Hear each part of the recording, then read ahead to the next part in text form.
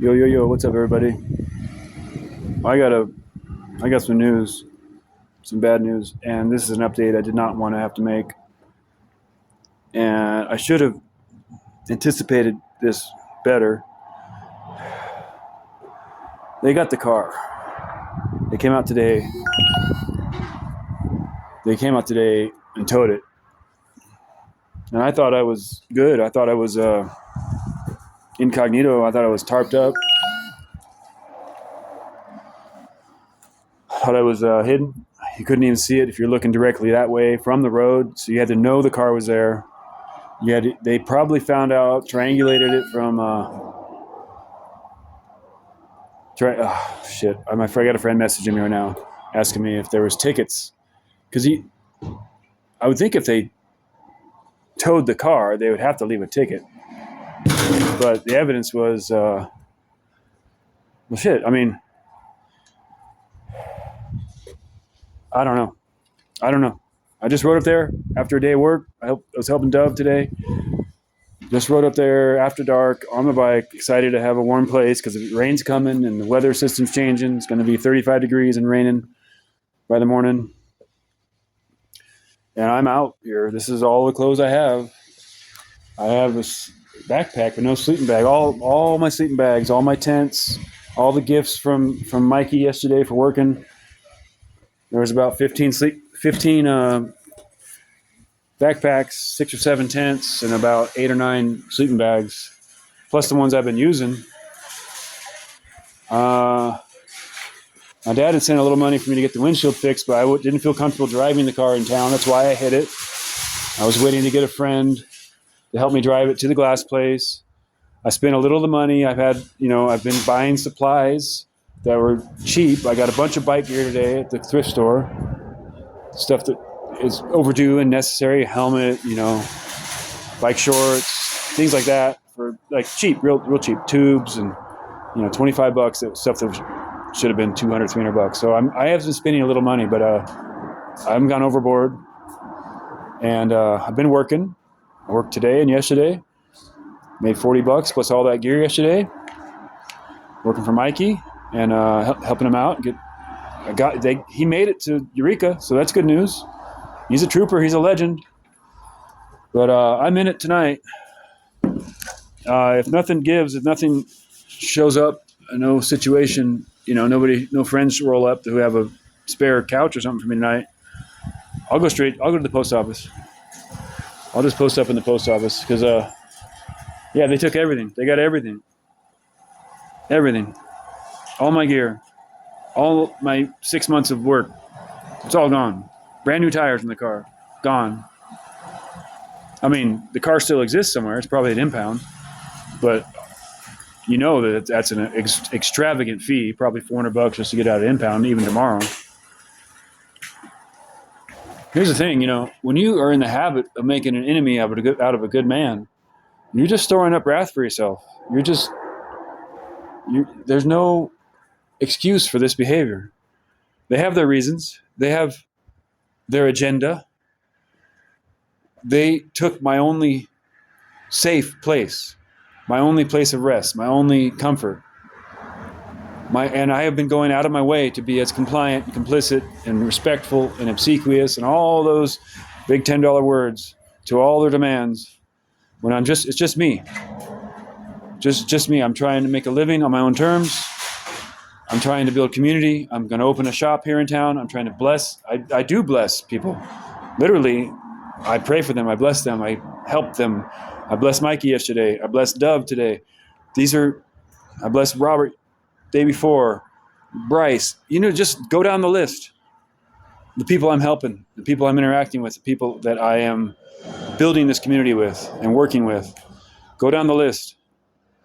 This isn't a fly-by-night, like I'm not high, I'm not drunk, I'm not on anything. I am on righteousness, and I'm on God, literally. And I listen to him. I ask him what he wants me to do. I pray every moment. Every time there's a decision to be made, I say, hey, what would you have me do? What's the most righteous thing to do?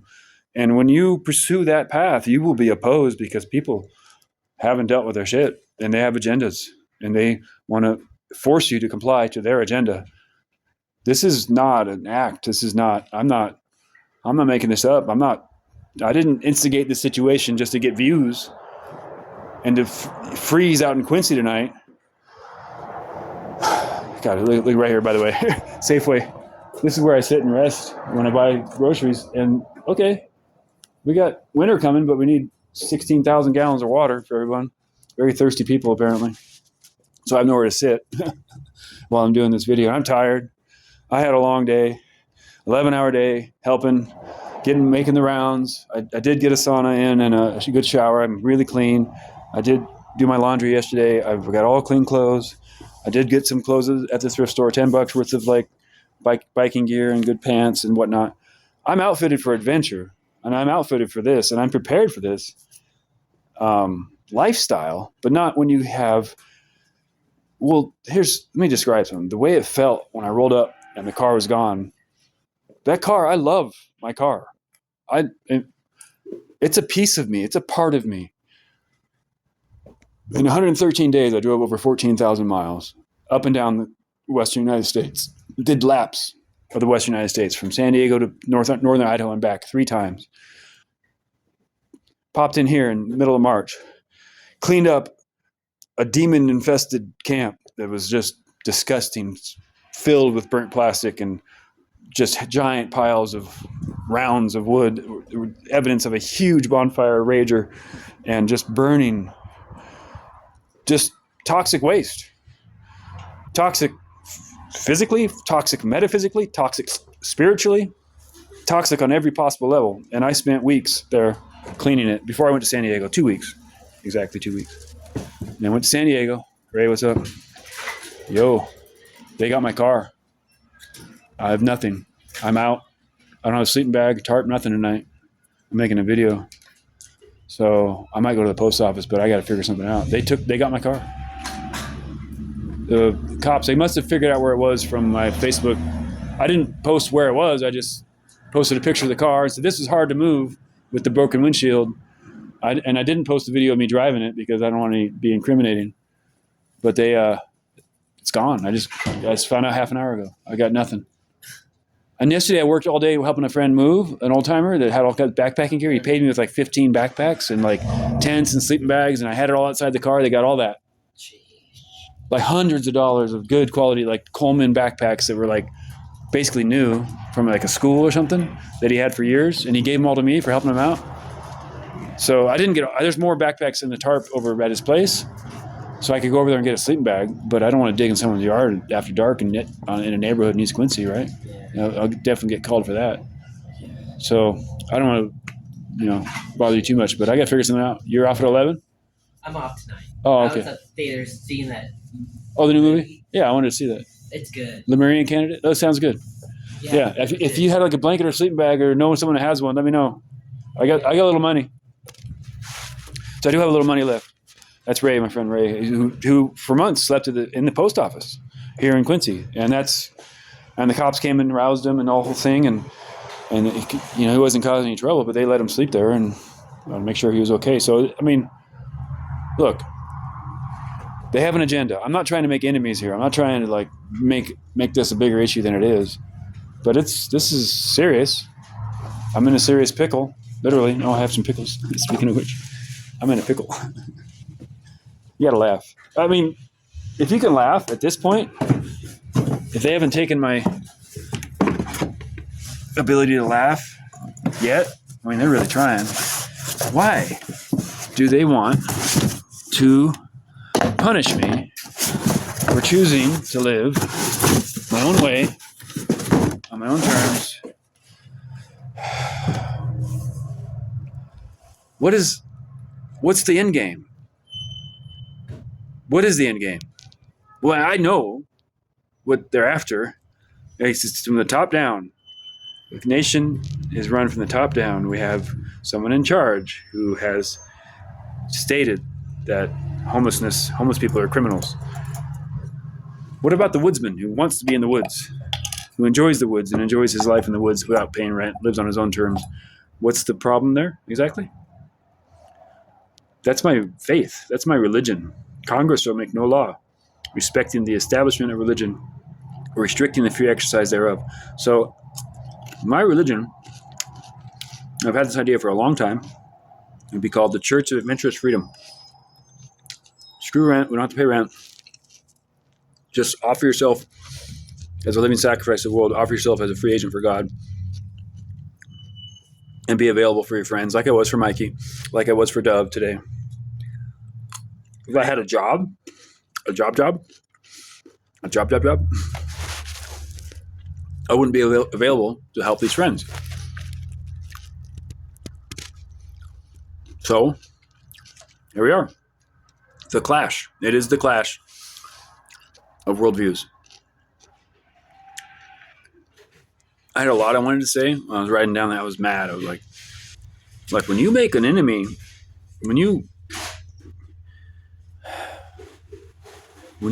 take the comfort of someone for any reason whatsoever, your comfort will be taken. There's no comfort for them. They will if they go ask God for help in this later in their life, He's going to laugh. That's literally what Scripture says. I will laugh when calamity strikes. In Proverbs, God clearly says, because you did not seek me when your times were good, when you come to calamity and you ask for my help, I'm going to laugh at you. People don't talk about that in church. It's a fact, though. God will laugh. God laughs at the wicked.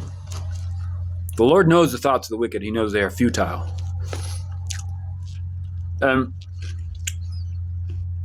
You really can't be more, short of straight up just murdering me. Because you have murdered my safety. You have murdered my only place of comfort. My only protection from the animals. My only protection from the elements. My only protection from everything. My only warmth. My only place to store my food that doesn't get ransacked. My only place of industry. I was making hiking staffs. My only storage of all the gear I've been gifted for working. Work exchange for these things. We're talking hundreds and hundreds and thousands of dollars of gear that I have gathered for months and months and months.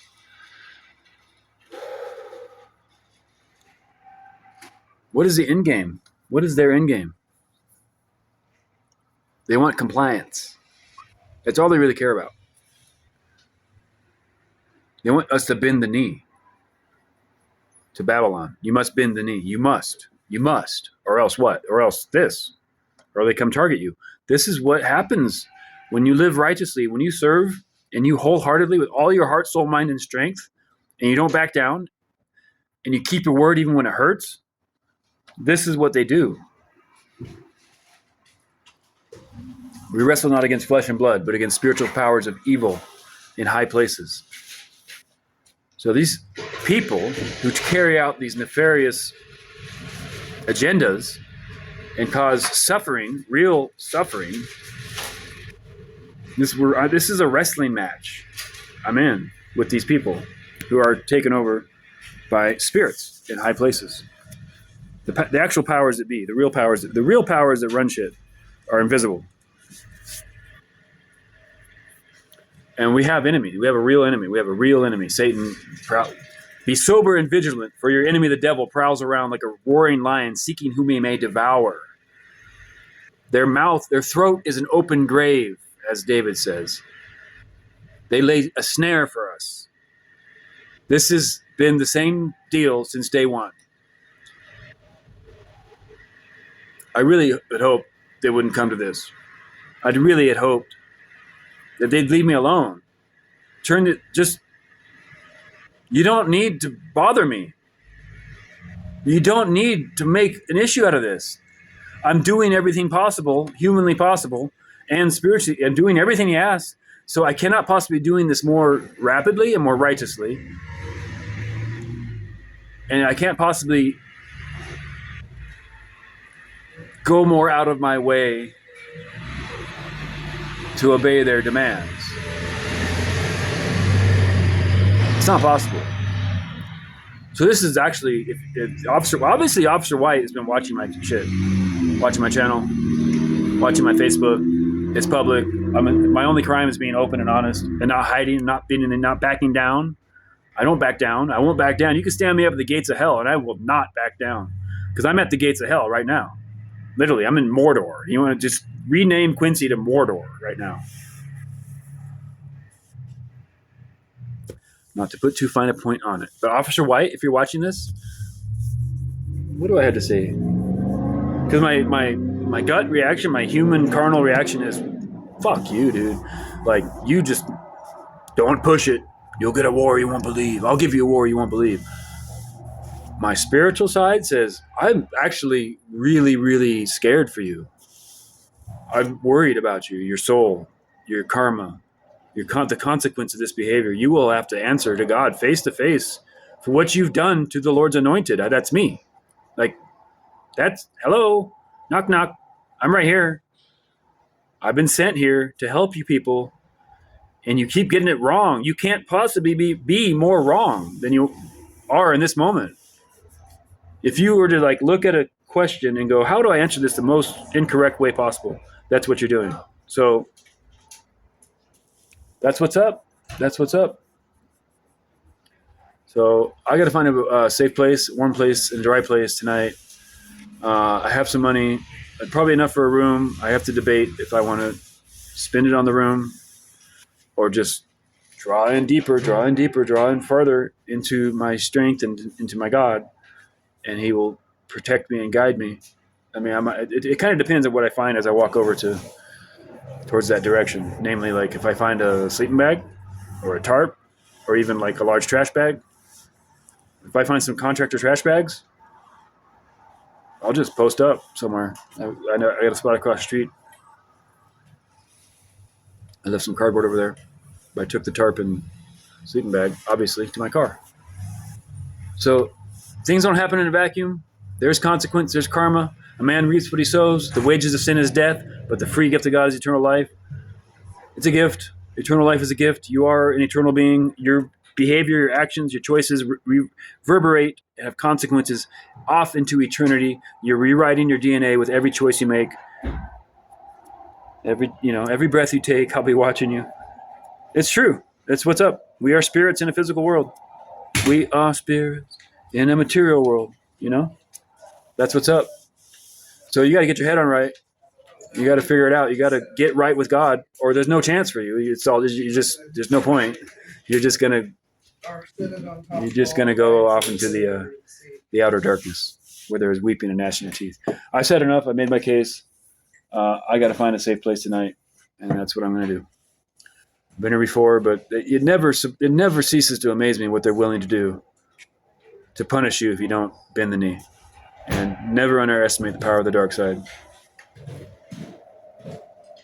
Thank God I'm strong. Thank God I'm healthy. Thank God I'm not sick. Thank God I have some food. Thank God my dad's been helping me with a few bucks.